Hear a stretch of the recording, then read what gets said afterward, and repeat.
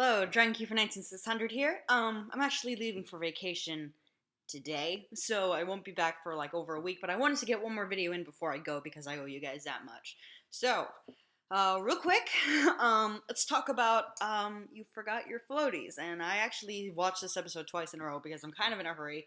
So, usually what I do for review is I like to watch an episode, give a few minutes to process it, watch it again, and then do the review. But since I'm pressed for time, I just like watch the episode twice in a row, and now I'm going to do the review. And I kind of wish I didn't have to do that with this one because this is a really, really dense episode with a lot of stuff in it. So, unfortunately, this episode was spoiled for me by someone else. Thanks. I removed their comment from my comment feed. But like, guys, please don't spoil episodes for me. I'm like way behind you now, so like, don't put spoilers in this comments. Not just for me, but there might be other people who are watching this as they go or whatever, and who don't want spoilers. So don't spoil Adventure Time plot details in the comments.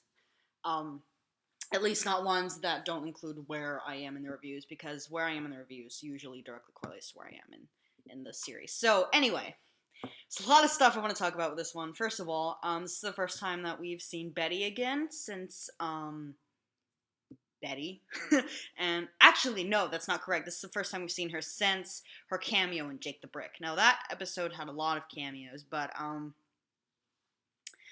Betty stood out because, you know, we were all really curious about her. We were wondering what she was doing, and she'd been given a really, it seemed, plot important task of trying to cure the Ice King, sorry. And, actually, I read this on TV tropes. I haven't seen it myself, so I can't confirm it, but apparently she's, in Jake the Brick, she's drawing like a Venn diagram, right, with a pencil, and what she has written on it is M plus M plus S, which is magic, madness, and sadness. Which, so they were like, they had this planned out ahead of time, obviously. So, yeah, I like shows and stories that do that. They like foreshadow like way back, and you only notice when you go back and look later. It's like, oh. There was a lot of that in the episode. First of all, we finally find out what Gulb is. We first saw him way back in Puhoy, when Finn was transporting back from the Pillow World, and that thing turned around and looked after him as he went by. It's like, what the hell was that thing? Was what we thought at the time. We have some kind of idea of what Gulb is. Some sort of. If Glob is like God, then I guess Gulb would be like the devil, maybe. And they say that, or like some sort of like big, scary badness that they want to protect Mars from. We find out what happened to Margles, that she was killed by Gulb. I don't know how that happened because what we thought happened is that she fell off of Olympus Mons and died. But of course, Adventure Time, subverting our expectations as always, has revealed that what happened to Olympus Mons is not actually when Margles died, it's when Magic Man lost her a second time. When he built that like defense system patterned after Margles, and then she fell off the mountain. So way back in like the title card for Sons of Mars, I think it was the title card, it shows him like reaching over someone who's falling off. We thought that was Margles' death. It wasn't. It was the Margles machine falling off. So that's a nice retcon and a callback to something in the title card, which is really fun because usually we don't get callbacks to title cards. Usually title card is like some kind of fantastic image, but no, that's something that canonically happened. Oh, it's just so dense. Okay, real talk. Getting killed by Gulb apparently erases you like completely. Like you're not just dead. Like I love the scene where he tries to use Prismo to wish her back, and he just conjures up, wakes back his basket with the basketball hoop, and it's like that was both silly and kind of like chilling at the same time. Like a lot of stuff in Adventure Time, like whoa shit, that's she's so incredibly gone that like screwing over reality is all that happens when you try to bring her back. By the way, I love Prismo's reaction. Just the understated balls. That's never happened before. Like he seems shocked, but it was also kind of an underreaction. Like something like catastrophically weird happens like that, and he's just like, "Oh, shit, man. I don't know. It was wow." So, also, we get some insight in this episode about magic users. It turns out MMS, which I'm going to use as the abbreviation now because it sounds more like a disease, means that pretty much all magic users have some sort of bad baggage, which, you know, everybody in Adventure Time has baggage. I mean, like, everybody. Even Tiny Manticore. So I don't know what, if, like, magic users, if they start going down a slippery path, if they can't deal with their problems well, or if, like, because at the end, Magic Man is cured of his magic by being cured of his insanity, or rather, it gets transferred into Betty. That's quite unfortunate. But, yeah, so, like, probably they'll go into more detail on this in a way that will leave us with 1,000 more questions, because that's how Adventure Time do. But yeah, it seems like the core of all magic is grief, and you can only use it if you're feeling emotional pain, like the Dark Side of the Force. I haven't seen that movie either. The new one. Stay on track, Adventure Time. So there seems to be a motif in this episode with headgear, with hats. Case in point, we have Glob's hat, which, by the way, I love the callback where, like, in Sons of Mars, they say the reason that Glob wears the hat is because Magic Man unleashed a plague of baldness, causing, like, people to cover their heads with headgear. And you see in the episode that Glob doesn't have his hat in Magic Man's flashback and has hair. Because, like, Magic Man didn't go insane until after that thing happened on Olympus Mons, so he didn't unleash the baldness on Mars yet. So that's a nice callback. So we have Glob's hat, we have Magic Man's hat, we have the Ice King's crown, which is the influence that Betty's trying to cure, and we have the crown that Margles, the defense system, wears. And it's like, it's something I only noticed on second viewing. That's why I always watch these episodes twice before I review them. But, like, when he, like, changes his mind and pushes her off the mountain, she's, like, got that fiery form with, like, the tentacles and the flames and the, you know, glowing and all that scary stuff. He pushes her over, the hat falls off, and she reverts back into Margles. That can't be a coincidence, guys. That's also powered by Magic Crown. So probably, I think the thing might be that since you wear hats on your head, where all your, like, Margle is here and here. So here is, like, symbolized by different hats. So when Betty gains Magic Man's power, she also steals his hat. Magic Man loses his powers. Of course, he gives up the hat and puts on Glob's instead. Probably because, I guess, I'm just, like, thinking this out as I'm talking. One of the things, like, he says when he turns into Glob, which is, by the way, would have been disastrous. I'm so glad that was averted. Can you imagine Magic Man as God? I mean, shit. That was a really good thing that didn't happen. I don't know what would have happened if Finn hadn't intervened, but if Finn intervening stopped that from happening, then thank God. Right? I mean, shit, I don't even want to know what would have happened. Probably apocalypse at the very least. But, like, he says he wants to use the transporter when he turns into Glob. According to Magic Man, to use the transporter, you have to think stuff about people, which he can't do as Magic Man because he's, you know, locked away his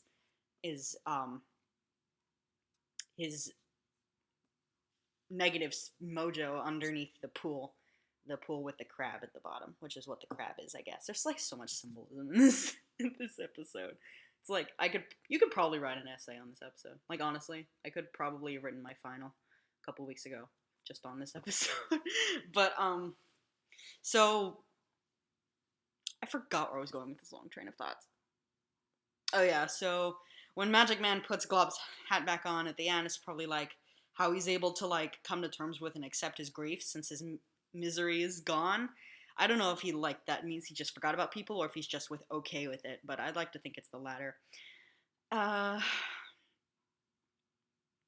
think Finn gives him one little poke with the bread, with his bread sword, not that he's bread. Okay, Finn and Jake were pretty much useless in this episode. And I think this episode shows clearly the tendency in later Adventure Time episodes to not include Finn and Jake as much as possible. They just he turns them into food early on, and they're pretty much out of commission, and they, like, there's, like, this sequence of events that, like, where they try to get so they're mobile again, and I guess they transform back off screen because they're being taken to Wizard City at the end. By the way, I love the return of the Manticore.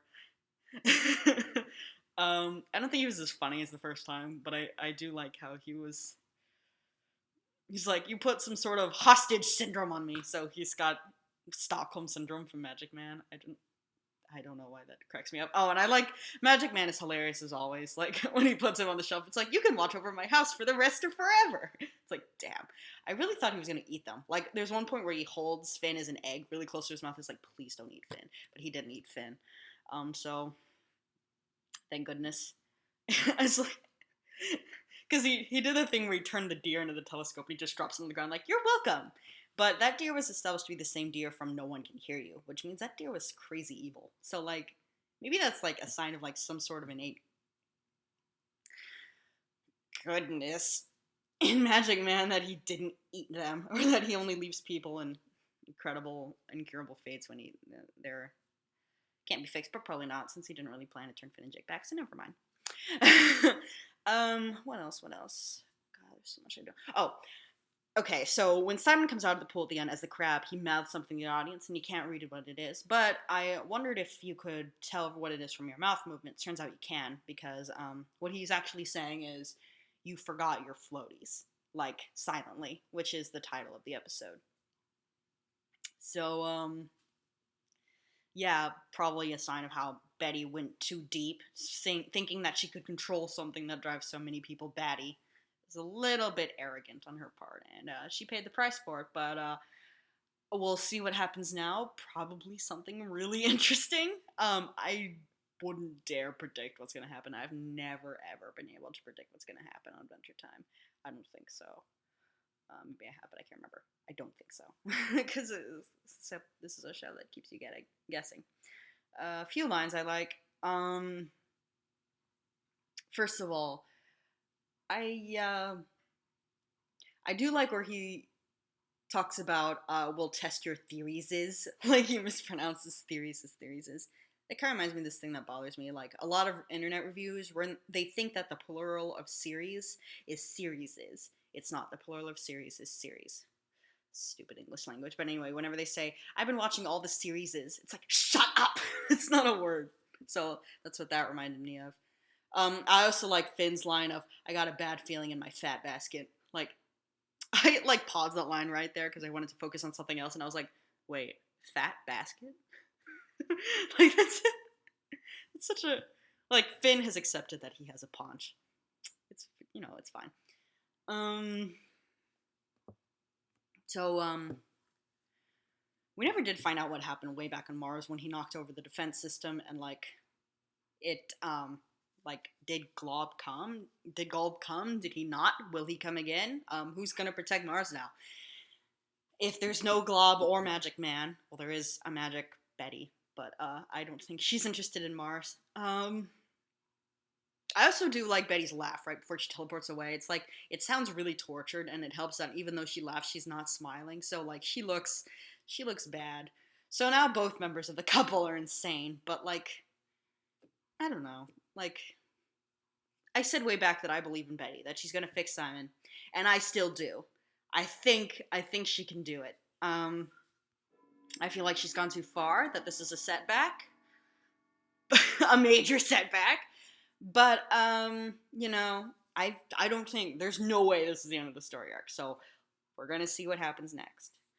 I'm excited. I've heard that shit gets real in the rest of this season, and in the next season, so, I'm excited. I don't know if an episode is there, but she comes back, probably not. I saw the other day that they had a title card for the next Grables episode, like, already. It's like, didn't season 7 just start? Seems kind of early for that, but never mind. So, we've got less than a minute left. What else do I want to talk about? I don't know, there's so much. I can't think of what to focus on.